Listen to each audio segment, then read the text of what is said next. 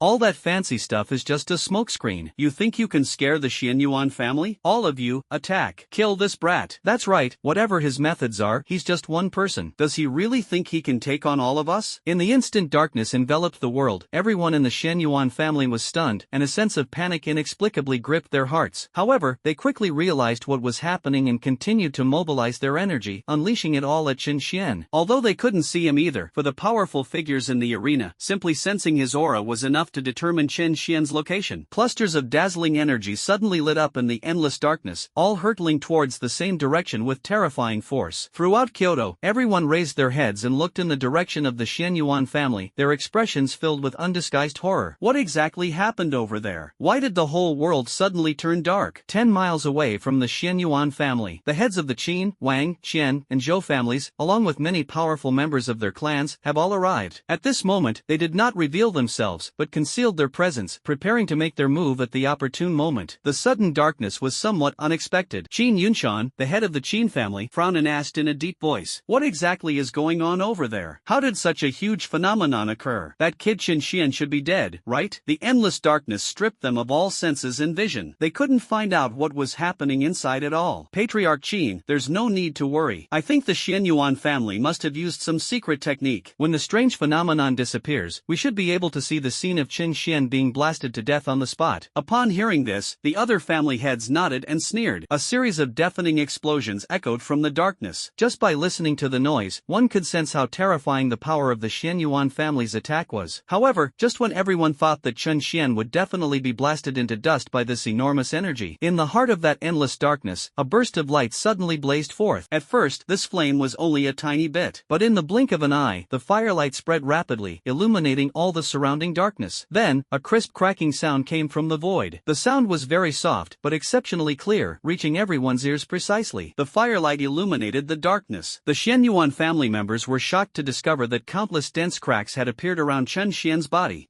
Space itself was shattered by Chen Xian's punch. Moreover, all the energy they unleashed was directly swallowed up by those countless fine cracks. Upon realizing this, countless powerful members of the Xianyuan family had their pupils shrink and their expressions changed instantly. A single punch can shatter the void, and it can even use the void cracks for defense, devouring their attacks. Who exactly is this kid? At this moment, the members of the Xianyuan family no longer dared to have any thoughts of underestimation. Just how extraordinary is this young man before us? This thought subconsciously arose in everyone's mind. However, what they did not expect at that time was the terrifying power of Chen Xian's punch was only just beginning. The truly terrifying part is yet to come. Just as everyone was in shock, countless spaces around Chen Xian continued to shatter. The cracks were spreading wildly in all directions at an alarming rate. Oh no! Get out of the way! Those spatial rifts are still expanding. A powerful member of the Xianyuan family quickly realized what was happening. His expression greatly shocked, and he reminded them in a trembling voice. However, it was too late. As his voice fell, the countless spatial rifts had already enveloped several of the marquises of the Xianyuan family. Then, those people's bodies shattered like a broken mirror, turning into countless fragments. 2, 4, 8. In just a few breaths, most of the Xianyuan family's experts were reduced to fragments by Chen Xian's punch. Upon witnessing this scene, the remaining members of the Xianyuan family all had their pupils shrink and their expressions turn deathly pale. A profound sense of terror crept onto the faces of every one of them. With just one punch, Chen Xian not only blocked the combined attack of all of them, but also killed most of the Xianyuan family's experts. Although most of those who died from this punch were already nobles, only a few who were granted the title of king were unlucky enough to be caught in the shattered space. Even so, it's still clear just how terrifying Chen Xian's strength is. They actually sensed a powerful and invincible divine might emanating from Chen Xian. Who are you? The old man from the Xianyuan family trembled all over and asked in a hoarse voice. When did such an invincible genius appear in the great Xia dynasty? He is even more terrifying than the young master Xianyuan Hua back then. Jinling, Chen Xian. Chen Xian stood with his hands behind his back in the void, his expression as indifferent as ever, and slowly spoke upon hearing the words. Upon hearing this answer, the elder of the Xianyuan family was stunned for a moment, not quite understanding. But after a few seconds of thought, his eyes widened in disbelief. Is this incredibly powerful young man the one Zhao Lingwei hooked up with while hiding in Jinling City? You came here to stand up for Zhao Lingwei? The elder of the Xianyuan family asked in a deep voice, forcing himself to speak. Before Chen Xian could answer, he continued, if that's the case, then you're probably going to be disappointed. I admit that you are very strong, and it's even possible that you've reached the venerable level. But Zhao Lingwei is young Master Hua's woman. If you touch one of young Master Hua's women, there's only one outcome, death. You don't need to worry about that. Upon hearing this, Chen Xian spoke calmly, and then a ball of blazing dark red flame appeared in his hand. That was a bloodthirsty dragon flame that could devour everything. Burning heaven hand, destroying heaven. The moment the flames burst forth, a gigantic dark red hand rapidly materialized, descending from the sky and abruptly slamming down upon all the members of the Xianyuan family below. It was just a fleeting moment. Everyone had the illusion that the sky was about to fall. No, we have to escape. Some of the Xianyuan family's experts were instantly terrified and frantically tried to flee into the distance. Unfortunately, it was too late. The heaven-burning hand descended fiercely. One by one, the powerful members of the Xianyuan family were instantly enveloped by this terrifying dark red flame, their life force being rapidly devoured. Spare me. We are members of the Xianyuan family. You can't kill us. Damn it, the Xianyuan family will avenge us. Some screamed, some begged for mercy, some cursed, but in the blink of an eye, their life force was swallowed up and they turned to ashes. Gained incineration points plus 320,000. Gained 170,000 incineration points. Gained 220,000 incineration points. Data kept refreshing on Chen Xian's system panel, and the incineration points surged again. Chen Xian exhaled a breath of stale air, his eyes gazing indifferently downwards. He watched as the powerful members of the Xianyuan family were burned to ashes, his eyes showing no pity whatsoever. At this moment, the heaven-burning palm had completely landed. While killing countless powerful members of the Xianyuan family, they also destroyed countless palaces and tall buildings below. A series of loud bangs followed, as if an earthquake had occurred. In just a short time, the once magnificent ancestral land of the Xianyuan family was completely reduced to ruins. Palaces were shattered, and tall buildings collapsed. The commotion was so great that the ground throughout Kyoto seemed to tremble violently. Almost everyone could sense that something big was happening in Kyoto. Many people looked up in unison, towards the direction of the Xianyuan family, and saw that the towering building that once seemed to reach the clouds was no longer there. Countless plumes of smoke and dust rose up, obscuring the sky and earth. What exactly happened to the Xianyuan family? I think I just heard someone shouting about the Xianyuan family, saying they wanted to slaughter the entire entire clan. Could this situation be? No way, how is that possible? That's the Xianyuan family. Who has the ability to destroy the Xianyuan family? Whether it is or not, I am certain that something must have happened to the Xianyuan family. A cacophony of voices rose throughout Kyoto. Everyone was shocked, with a hint of barely concealed horror. What's going on in Kyoto today? It's been so long since something this big has happened. In the shadows somewhere, Qin Yunshan and the others also sensed the unusual activity coming from the Xianyuan family, and their expressions became particularly interesting. The people sent here by the four major families are almost all strong individuals, truly elites. Even from a great distance, they could still faintly hear what was happening over there. The Xianyuan family was wiped out by Qin Xian. The head of the Wang family gaped open, his lips twitched, and he looked horrified. Everyone else stared wide-eyed, their faces filled with disbelief. Although they all listened to Feng Yu's advice and, just in case, brought men to surround and kill Qin Xian. But to be honest, in their view, Qin Xian definitely couldn't handle the Xianyuan family. There was no need for the four major families to even intervene. But the current result has truly exceeded everyone's expectations. At this moment, Qin Yunshan shook his head and squinted his eyes, saying, Qin Xian thinks he can destroy the Xianyuan family? He has no idea how powerful the Xianyuan family's foundation is. What he had just faced were merely some useless members of a branch of the Xianyuan family. Anyone in the Xianyuan family with any real ability had already migrated to the battlefield of the heavens. What Qin Xian destroyed were merely some insignificant scraps. They had virtually no connection to the real Xianyuan family. Qin Yunshan was the strongest among the four family heads, and he knew far more about the situation than the others. Therefore, they were still able to remain calm at this moment. If Qin Xian truly had the ability to destroy the real Xianyuan family, he would immediately lead his entire clan to kowtow and apologize to Qin Xian without hesitation. But so far, they've only wiped out some of the peripheral members. Not to mention Qin Xian, even Qin Yunshan could do it. It's no big deal. Upon hearing this, the others finally breathed a sigh of relief and regained their confidence. The Qin family patriarch looked at Qin Yunshan and asked in a deep voice, Patriarch Qin, given the current situation, shouldn't we go out and surround and kill that brat? If they don't get out soon, Qin Xian will probably just pack up and leave. Upon hearing this, Qin Yunshan's face revealed a mocking smile, and he said coldly, No rush. Do you really think there isn't a single strong person in the ancestral land of the Xianyuan family? If I'm not mistaken, there are a few old guys hiding underground in the Xianyuan family's territory. Qin Xian should think carefully about how to face the wrath of the Xianyuan family's experts first. Upon hearing this, the Qin family patriarch was taken aback at first, but quickly chuckled coldly. The ancestral home of the Xianyuan family. After killing everyone, Qin Xian was just about to leave. However, at this moment, he suddenly felt an extremely powerful aura emanating from beneath his feet. Below, it seems something is reviving. Qin Xian raised an eyebrow, his eyes narrowing instantly, and said in a calm tone, As expected, the Xianyuan family would not leave no strong people here to guard the area. However, isn't it a bit too late for you to show yourself only after everyone is dead? The surrounding area was deathly silent. No one answered Qin Xian's question. Qin Xian didn't care about this. Flames rose around him, and his eyes flashed with a cold killing intent. A moment later, a beam of light suddenly shot out from the ruins not far away. A beam of light shot into the sky. With a loud bang, countless pieces of rubble were blown away. An old man dressed in gray, with a somewhat aged appearance and a face full of wrinkles, slowly floated out. The old man's hair was thinning and his eyes were cloudy, but his withered body seemed to contain a world-destroying power. Why should I save a bunch of useless trash who can't even guard the house? Let them die if they want, so as not to let them continue to tarnish the name of my Xianyuan family. The old man spoke slowly, his voice hoarse and high-pitched, and two beams of light shot from his cloudy eyes. He looked at Qin Xian calmly, seemingly without any anger towards Qin Xian because of the destruction of their ancestral land. However, Qin Xian was able to keenly sense the chilling killing intent hidden deep in the other party's eyes, which was almost tangible. That gaze was like that of a venomous snake. Are you from the main branch of the Xianyuan family? Qin Xian asked casually.